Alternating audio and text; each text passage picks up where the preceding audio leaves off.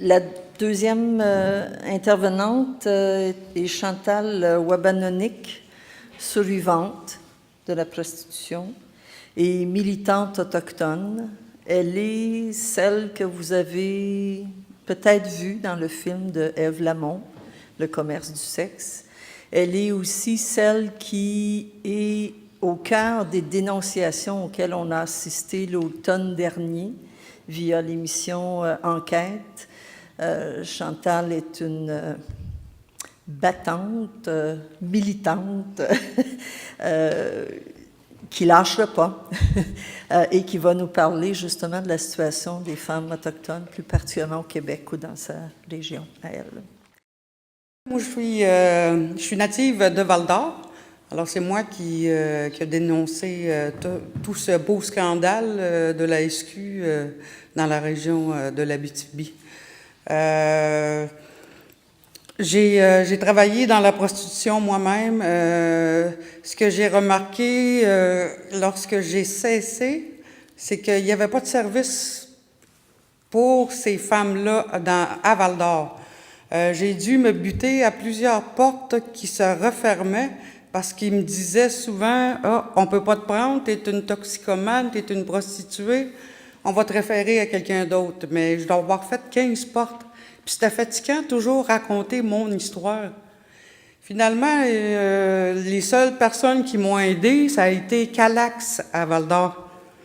C'est eux, dans le fond, qui m'ont ouvert les yeux sur le cheminement que je prenais. Moi, j'étais tannée de vivre dans ça. Je voyais de la violence. J'ai quand même un bon parcours de violence dans ma jeunesse. J'ai été agressée à l'âge de 2 ans jusqu'à l'âge de 13 ans. Puis j'ai été agressée dans les foyers d'accueil de la DPJ.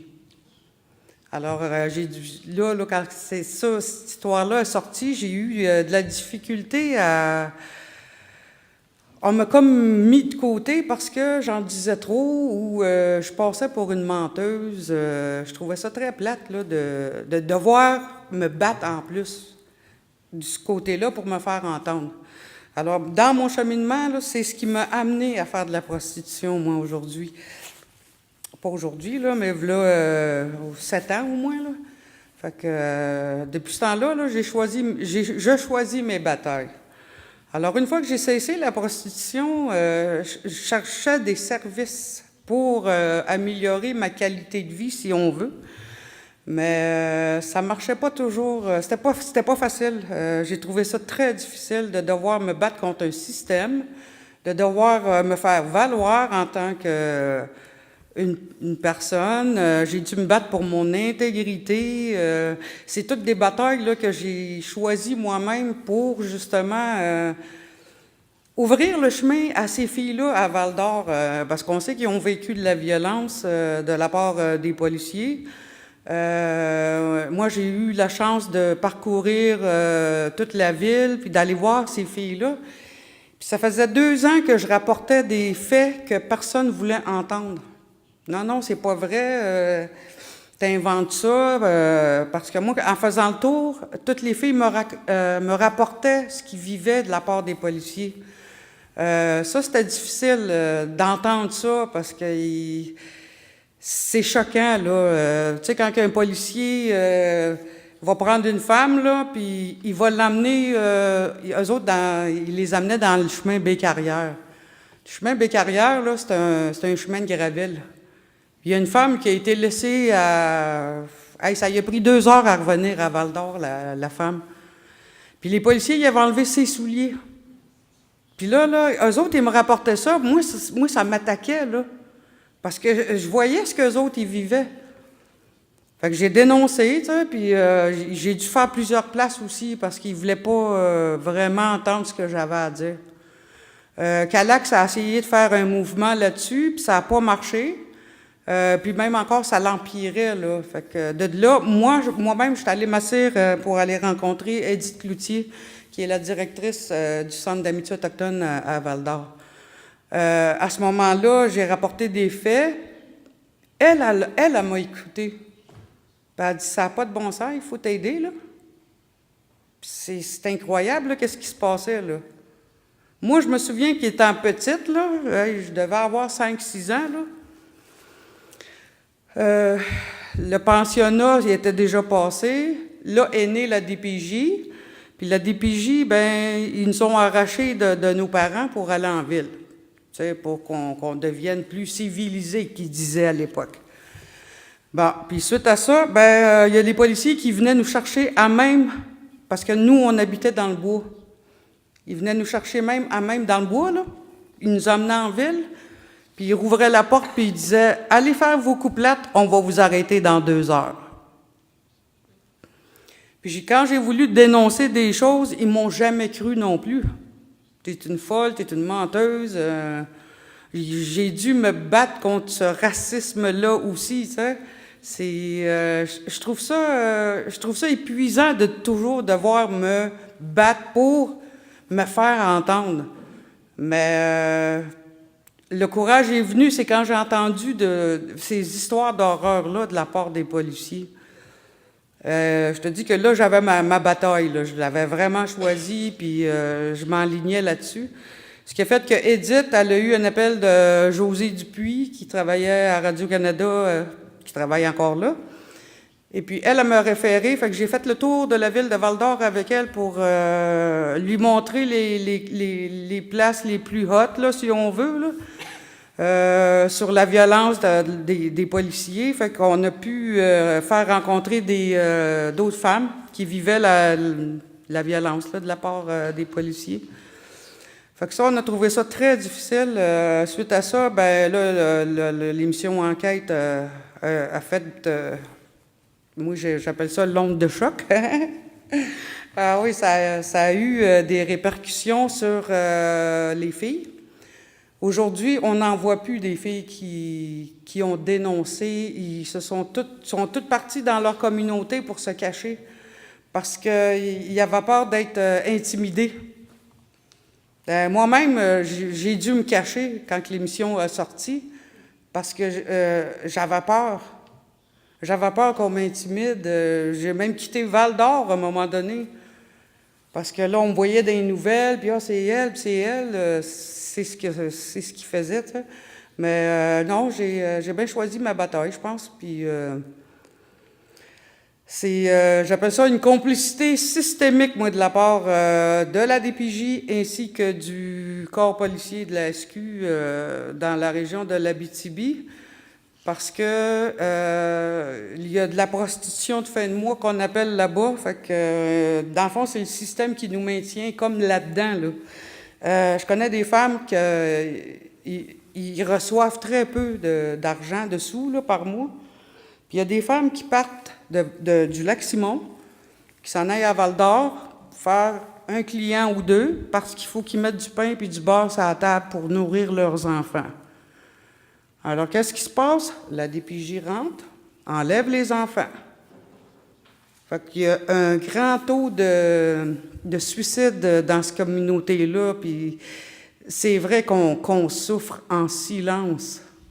Puis ça, je trouve ça déplorable que le gouvernement on n'a pas d'aide. Il a fallu que je me batte en crime pour avoir... Aujourd'hui, ils ont acheté une maison. Ce qui fait que c'est une maison de répit pour les itinérants ainsi que les prostituées. Alors, c'était un de mes rêves, moi, que je voyais. Tu sais, j'avais demandé ça. Je rêve qu'on rouvre une maison pour ces personnes-là. Parce que ça n'a pas été facile pour moi, là. J'ai dû me battre 4 fois plus que ces femmes-là actuellement. Parce que c'est moi qui ai ouvert le chemin. Puis c'est lourd, c'est pesant à porter. Je comprends toutes ces femmes-là. Ils viennent toujours me voir aussi pour... elles veulent s'en sortir, mais ils ont peur de parler. Puis ce que j'ai remarqué, c'est que il y en a encore des femmes qui ont trop peur de porter plainte. J'en rencontre, ils pleurent, c'est plate, là. Tu sais, de les voir de même. Ils veulent sortir, mais on dirait le système les recale. Fait que ma question à moi, c'était ça, là, c'était qu'est-ce qu'on peut faire pour les aider? Parce que ça fait quand même un bon 6 ans que je travaille là-dessus. Ça m'a pris 2 ans avant de me faire entendre. Fait que voyez-vous, là, la difficulté de me faire entendre, ils veulent pas nous écouter. Puis ça, c'est lourd à porter parce qu'il y a de l'injustice dans le système, je trouve. Puis non, tu sais, pourtant, on est des êtres humains. J'ai vu plein d'affaires à Val-d'Or sur les itinérants aussi. J'en ai vu se faire battre. Il n'y a rien que j'ai pas vu, là, mais l'inaction du monde à Val-d'Or disait « Ah, c'est eux autres qui veulent ça ». Mais c'était pas vraiment ça, tu sais. Il faut comprendre aussi que le pensionnat a joué beaucoup dans les réserves. Ça a déchiré beaucoup de familles, puis à ce jour, même encore aujourd'hui, la DPJ frappe encore, puis détruit des familles. Ça, je trouve ça dur aussi de voir. Ça a été mon cas, moi. Moi, là, la DPJ est rentrée chez nous, puis elle est partie avec mes enfants. J'ai décidé de dire, bon, ben regarde, tant qu'à mal faire, je vais le faire bien, le mal. Fait que je suis partie, puis c'est là que je me suis ramassée à Val-d'Or sur le trottoir. Ça n'a pas été facile, tu sais, Puis je pense aujourd'hui aux plus jeunes, parce que si je remarque à Val-d'Or, il y en a de plus en plus jeunes aussi. Puis c'est pas vrai que il y a du monde qui pensait que la prostitution n'existait pas dans les communautés. Ben ça, c'est pas vrai. Parce que j'en suis une, moi, là. C'est comme si... on dirait que le gouvernement, il ne veut pas voir nos malheurs ou ils veulent pas vraiment s'impliquer dans notre guérison, parce que nous, ce qu'on demande, c'est ça. Puis je trouve ça déplorable de voir l'inaction du gouvernement, du premier ministre au Québec, là, M. Couillard. On est au Québec. J'habite au Québec. Ça, c'est mon premier ministre. Mais au Canada, c'est Trudeau, là. Mais j'aimerais lui faire entendre là, les histoires d'horreur que moi, j'ai entendues là-bas, pour faire bouger un peu le gouvernement. Puis la peur qu'on a, c'est que depuis tout ça est sorti, là, ils ont fait une conférence, c'était au mois de mai. Il y avait tous les corps policiers de la SPVM qui étaient venus à Val-d'Or. J'étais la seule... j'étais pas invitée, mais je me suis invitée. J'ai passé pareil, puis j'ai dit, bon, j'ai posé des questions à savoir où en était l'enquête. Ils nous maintiennent encore dans l'ignorance. Ça, je trouve ça déplorable aussi. Tu sais, c'est comme si, qu'est-ce qu'ils font pendant ce temps-là? Ils nous disent rien. C'est quoi les actions qu'ils font pour nous aider?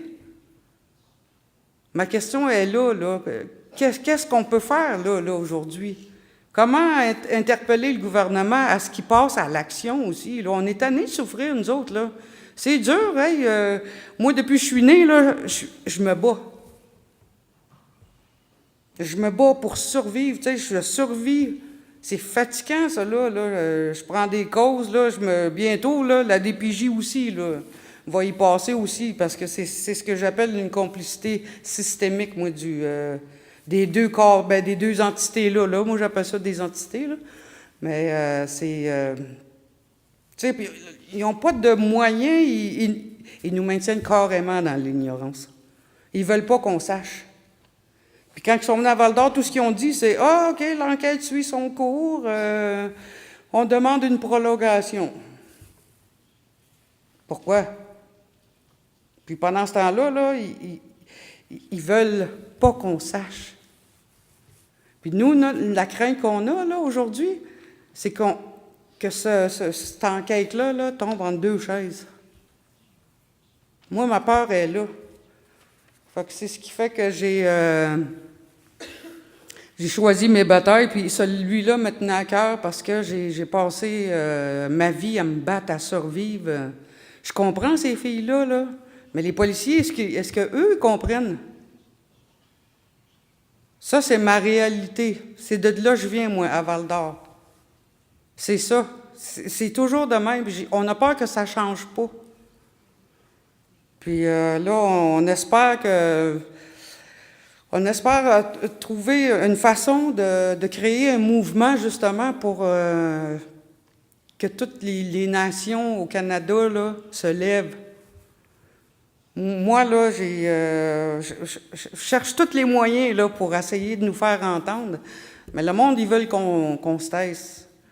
Fait que est là la difficulté. Tu sais, comment faire pour qu'on nous croie?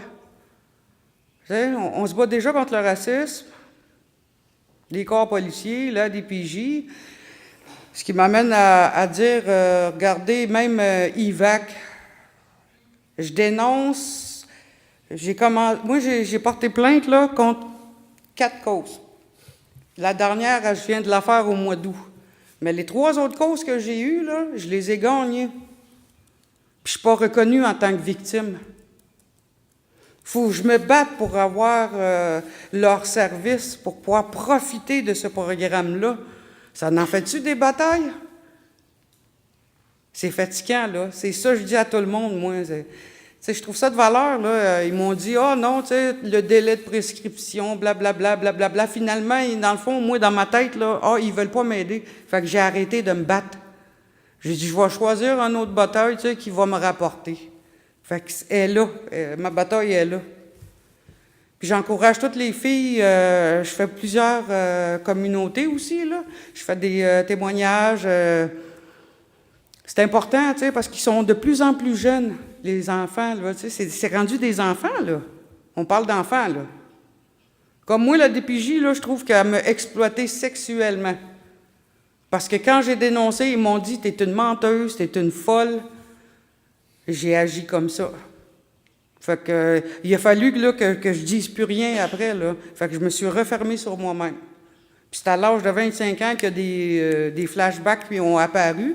De là, j'avais de la difficulté à gérer tout ça. Fait que c'est là que la DPJ est rentrée. Ils sont partis avec mes enfants. Puis moi, j'ai décidé j'ai dit, regarde, je vais engourdir tout ça, là, parce que je n'étais plus capable. Fait que j'ai tombé dans la prostitution. Puis aujourd'hui, j'ai décidé de me sortir de là. Puis quand je pense à tout ce qui se passe à Val-d'Or en ce moment, là, mes pensées vont à ma petite fille, parce que je suis rendue grand-mère, là. J'aimerais pas que ma petite fille vive tout ce que moi j'ai vécu. Je veux améliorer sa qualité de vie à elle. Je veux qu'elle s'épanouisse.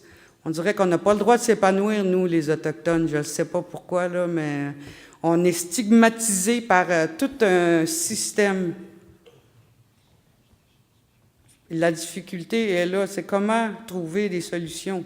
C'est beau qu'on dise là, qu'il y a des erreurs, mais trouvons des solutions. Fait que je vais terminer là-dessus. Merci beaucoup de m'avoir écouté.